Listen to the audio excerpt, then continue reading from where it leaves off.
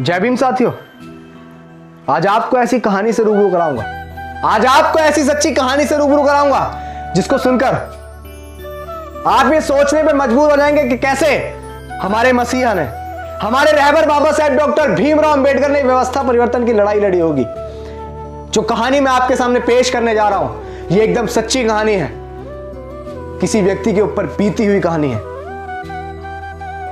ये वो कहानी है कि अगर आपके अंदर दिल होगा तो आप सोचने पे मजबूर हो जाएंगे कि कैसे बाबा साहेब ने वो जातिगत व्यवस्था को बदला होगा, वो जातिगत तंज, वो गुलामी बाबा साहेब ने कैसे छुड़ाई होगी। जरा गौर से सुनिएगा इस कहानी को और ज्यादा से ज्यादा शेयर भी कीजिएगा ताकि सभी लोगों को बाबा साहेब की सच्ची कहानी पता लगने पाए। बाबा साहेब बहुत छोटे थे। एक समय की बात है कि बाबा साहेब की उम्र मात्र 5 साल थी और बाबा साहेब जब 5 साल के थे तो बाबा साहेब की मां भीमाबाई तबीयत बहुत नासाज थी और उस छोटी सी उम्र में बाबा साहेब को उनकी मां छोड़कर चली गई। इस दुनिया से बाबा साहेब को उनकी मां छोड़कर चली गई। मात्र 5 साल की उम्र थी। आप सोचिए कि किसी बच्चे के सर से अगर मां का साया उठ जाए तो क्या वो अच्छे से अपने जीवन को जिएगा? क्या उसे वो प्यार मिल सकता है जो मां प्यार देती है? मात्र 5 साल की उम्र थी साथियों। ध्यान से सुनिएगा जो मैं कहना चाह रहा हूं। 5 साल की उम्र थी। पिता सूबेदार रामजी सकपाल जी, उनके मन में यह बात आई कि अब मेरे बेटे भीमा की उम्र हो चुकी है पढ़ाई की। शिक्षा, जिसको हम बोलते हैं कि शिक्षा जन्म सिद्ध अधिकार है, तो बाबा साहेब के पिता बाबा साहेब को एक स्कूल के अंदर दाखिला करवाने के लिए लेकर पहुंचे। स्कूल के अंदर गए, प्रिंसिपल ऑफिस में पहुंचे तो प्रिंसिपल बाबा साहेब को देखकर बहुत खुश हुआ कि बहुत छोटा सा बच्चा, गोल मटोल सा और दिखने में बहुत सुंदर था। तो प्रिंसिपल बहुत खुश हुआ और उसने फॉर्म निकाला, पर्चा निकाला और बाबा साहेब का दाखिला करने के लिए वो फॉर्म भरने लगा। बाबा साहेब का नाम पूछा, पिता का नाम पूछा, पता पूछा, लेकिन जब पूछा फॉर्म के अंदर वो स्थान आया कि आपकी जाति क्या है, और जब बाबा साहेब के पिता ने बताया कि हम महार जाति से हैं, जब बाबा साहेब के पिता सूबेदार रामजी सकपाल जी ने बताया कि हमारी जाति जो है वो महार है, महार जाति, जिसको एक पुस्तक मनुस्मृति के अंदर शूद्र वर्ण में रखा गया, नीच जात बताया गया। जो आज कॉन्स्टिट्यूशन में हम कहते हैं ना कि शिक्षा जन्म सिद्ध अधिकार है, वो उस समय नहीं था। उस समय सिर्फ जातिगत अधिकार था। बाबा साहेब की उम्र 5 साल थी। बचपन में सर से मां का साया उठ गया। पिता ने पढ़ाने का सोचा, क्योंकि उनके बहुत सपने थे बाबा साहेब को लेकर। पढ़ाने को सोचा तो जब पता लगा प्रिंसिपल को कि वो बच्चा जो बहुत अच्छा दिखने में था लेकिन वो महार जाति से था, उसका ये कसूर है क्योंकि वो नीची जाति से था, यह उसका कसूर है, इसीलिए उसे विद्यालय में दाखिला नहीं मिलेगा। और उसका फॉर्म फाड़कर, फेंक कर और स्कूल के चपरासी को प्रिंसिपल ने आवाज मारकर बुलाया और बाबा साहेब को और उनके पिताजी सूबेदार रामजी सकपाल जी को धक्के मारकर स्कूल से बाहर निकलवा दिया। सिर्फ किस लिए? क्योंकि वो जाति से महार जाति के थे। आप सोचिए, वो छोटा सा बच्चा कोई और नहीं, हमारे रहबर थे, हमारे मसीहा बाबा साहेब डॉक्टर भीमराव अंबेडकर। जरा सोचिए कि उस बच्चे पर क्या बीती होगी। बचपन में सर से मां का साया हट जाता हो, सिर्फ मात्र 5 साल की उम्र में। जाति से महार थे तो नाई बाल भी नहीं काटता। बहुत सारी चीजें झेली बचपन में, जो प्यार मिलना चाहिए था वो प्यार नहीं मिला। सोचिए कि कैसे बाबा साहेब ने व्यवस्था परिवर्तन किया होगा, कैसे बाबा साहेब ने वो जाति, जो गुलामी हम पे थोपी गई हजारों साल की, वो गुलामी कैसे काटी होगी। जरा सोचिए। आज हम लोग अपने बच्चों को बहुत अच्छे अच्छे स्कूलों में दाखिला करवाते हैं। बाबा साहेब को स्कूल के अंदर दाखिला नहीं मिला, लेकिन हम जिस स्कूल में जाते हैं तो हमें सबसे पहले फैसिलिटी चाहिए होती है, वरना हम स्कूल में दाखिला नहीं करवाते हैं खुद। अगर स्कूल में अच्छी लाइट नहीं है तो हम नहीं पढ़ाएंगे अपने बच्चे। अगर स्कूल में एसी नहीं है, पंखे नहीं है तो हम नहीं पढ़ाएंगे। अच्छा पानी नहीं है तो हम नहीं पढ़ाएंगे।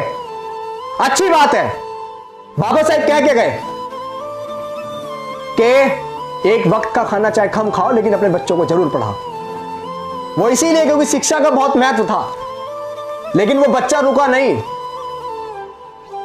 स्कूल से निकाल दिया गया, बहुत प्रयास किया, बहुत सारी चीजें हुई, लेकिन मैं आपको ये बताने का प्रयास कर रहा हूं कि सोचिए जिस बच्चे को स्कूल के अंदर दाखिला भी नहीं मिला, उस बच्चे की वजह से आज आपके बच्चे बहुत अच्छे अच्छे स्कूलों में पढ़ते हैं, बहुत अच्छी अच्छी लाइटें लगी हुई हैं। ऐसे स्कूल में आप अपने बच्चों का दाखिला करवाते हैं कि बहुत अच्छे अच्छे पंखे लगे हुए हैं। बाबा साहेब को तो दूर से पानी जो है डाला जाता था, लेकिन आपके बच्चे जिस स्कूल में पढ़ते हैं आप देखते हैं कि हमारे बच्चे को मैक्कोफिना पिलाएंगे, हमारे बच्चे को हम बिस्लरी पिलाएंगे। अच्छी बात है, बाबा साहेब हमें दे के गए वो सारी चीजें, तो उन अधिकारों का हमें फायदा भी लेना चाहिए, लेकिन हमें भूलना नहीं चाहिए कि कितनी कुर्बानियों से, कितने संघर्षों के बाद ये सारी चीजें हमको मिली। आज हम लोग बड़े बड़े सेठ हो गए, आज हम लोगों को उस व्यक्ति का नाम लेने में शर्म आती है, शर्म आती है। क्यों हम किसी को बताएं कि हमारे मसीहा कौन थे? ये चीजें आपको ऐसे ही नहीं मिली है, बड़ा त्याग, बड़ा बलिदान हुआ है इन चीजों को आप तक पहुंचाने के लिए। आज इस देश में बताया जाता है कि पेट्रोल पंप पे काम करने वाला व्यक्ति इस देश का सबसे अमीर इंसान बना, और बहुत कम पढ़ा लिखा व्यक्ति क्रिकेट का भगवान बना। लेकिन इस चीज को चीख चीख के नहीं बताया जाता कि क्लासरूम के बाहर बैठकर पढ़ाई करने वाला बच्चा, जिसको 5 साल की उम्र में सिर्फ जाति के नाम पर उसे स्कूल से बाहर निकाल दिया गया, वो बच्चा इस देश का संविधान निर्माता बना। ये कभी नहीं पढ़ाया जाता है। क्यों? क्योंकि आज भी जातिगत मानसिकता लोगों के दिमाग में है, और हम जो लड़ाई लड़ रहे हैं वो जाति को खत्म करने की लड़ रहे हैं, इस देश में समानता लाने की लड़ रहे हैं, जो बाबा साहेब हमेशा लड़े। बाबा साहेब इस देश में इक्वालिटी चाहते थे। बाबा साहेब ने बचपन से ही सुख का मुंह भी नहीं देखा। सोचिए ना, जिसके सर से मां का साया उड़ जाता हो बहुत छोटी सी उम्र में, बहुत जल्दी शादी हो गई, लेकिन समाज सेवा का ऐसा जुनून सर पे सवार था, ऐसा जुनून सर पे सवार था, वो चाहते थे कि मेरी आने वाली पीढ़ी को ये सारी चीजें भोगने को ना मिले जो वो भोग रही हैं। जो चीजें उन्होंने सही वो मेरी आने वाली पीढ़ी ना सही, इसीलिए उन्होंने बहुत संघर्ष किया, बहुत काम किया। विदेश गए, विदेश में पढ़े, अपने लोगों के हक अधिकार के लिए हर जगह आवाज उठाई। लेकिन हमारे लोग आज गर्व से अपने आप को अंबेडकरवादी कहने में शर्म आती है लोगों को। कभी कभी सोचता हूं कि बाबा साहेब ने इतनी सारी लड़ाइयां क्यों लड़ी, किसके लिए लड़ी? क्योंकि जिनके लिए आज लड़ाइयां लड़ी वो लोग बाबा साहेब को भूल चुके हैं। वो लोग भूल चुके हैं कि कितनी मुश्किलों से ये कारवां यहां तक पहुंचा, और आज लोग इस कारवे में चलने को तैयार नहीं है। वो भूल चुके हैं कि अगर आज आप लोग काम नहीं करेंगे तो फिर हालात वही होंगे। आपकी आने वाली पीढ़ी को भी सिर्फ जाति के नाम पर, सिर्फ जाति के नाम पर स्कूल से बाहर निकाल दिया जाएगा, नहीं पढ़ने दिया जाएगा। जब बाबा साहेब का बच्चा घर में मरा हुआ पड़ा था, कफन के लिए पैसे भी नहीं थे, मां ने साड़ी का पल्लू फाड़ करवाया था। लेकिन आज अगर आपके बच्चे के पेट में हल्का सा दर्द भी होता है तो बड़े बड़े हॉस्पिटल आपको याद आते हैं, और जिसमें आप डोनेशन के नाम पे बहुत सारी फीस पहले से जमा कर देते हैं कि नहीं मुझे मेरे बच्चे का इलाज सही चाहिए, और बाबा साहेब देके गए। लेकिन हम लोग भूल चुके हैं उस महान व्यक्ति को, कितनी मुश्किलों से यह कारवां बाबा साहेब ने यहां तक पहुंचाया।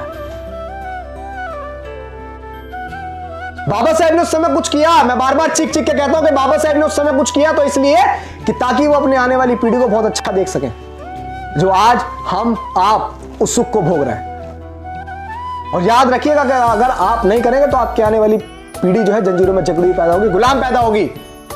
याद रखिएगा, सोचने से नहीं मिलते हैं तमन्नाओं के शहर, कि सोचने से नहीं मिलते हैं तमन्नाओं के शहर, चलना भी पड़ता है साथियों मंजिल को पाने के लिए, मंजिल को पाने के लिए।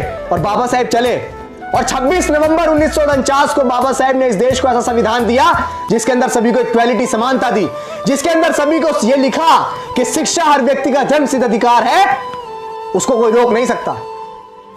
अगर किसी के पास पढ़ने के लिए पैसे नहीं तो उसे सरकार पढ़ाएगी, अगर किसी के पास खाने को पैसे नहीं तो उसे सरकार खिलाएगी। जाति के नाम पे किसी के साथ भेदभाव नहीं होगा, जाति के नाम पे आपको स्कूल से बाहर नहीं निकाला जाएगा, ये बाबा साहेब दे के गए। लेकिन आज चीजें वही हो रही, लोकतंत्र को खत्म करने का प्रयास किया जा रहा है, अभिव्यक्ति की आजादी को छीनने का प्रयास किया जा रहा है। मैं खुले तौर पे बोल रहा हूं, लेकिन हमारे लोग जिन्होंने दिया उस व्यक्ति को भूल चुके हैं।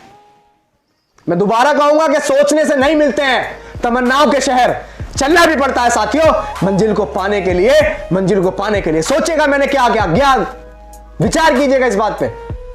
और गहराई से सोचेगा कि क्यों मैं इतना चीख चीख के आप लोगों को बार बार ये बात कहता हूं कि बाबा साहेब की मूवमेंट में चलिए, बाबा साहेब को घर घर तक पहुंचाइए। अरे यार, हम तो वो लोग हैं कि अगर किसी ने इतना सा भी एहसान हमारे ऊपर किया तो हम उसका एहसान जिंदगी भर नहीं भूलते हैं, लेकिन भूल रहे हम क्यों बाबा साहेब को भूल रहे? मत भूलिए, सोचिएगा कि मैंने क्या कहा, इस पर विचार कीजिएगा और लोगों तक भी इस मैसेज को पहुंचाइएगा जो मैसेज मैं आप लोगों तक पहुंचाता। बाबा साहेब का नाम घर घर तक पहुंचाइए, आपकी जिम्मेदारी है। जिम्मेदारी से आप भागिएगा मत भागिएगा साथियों, मत भागिएगा। बाबा साहेब भी भाग गए होते तो आपको हमको ये जिंदगी नसीब नहीं होती जो मान सम्मान स्वाभिमान की जिंदगी हम जी रहे हैं। जय भीम, जय भारत।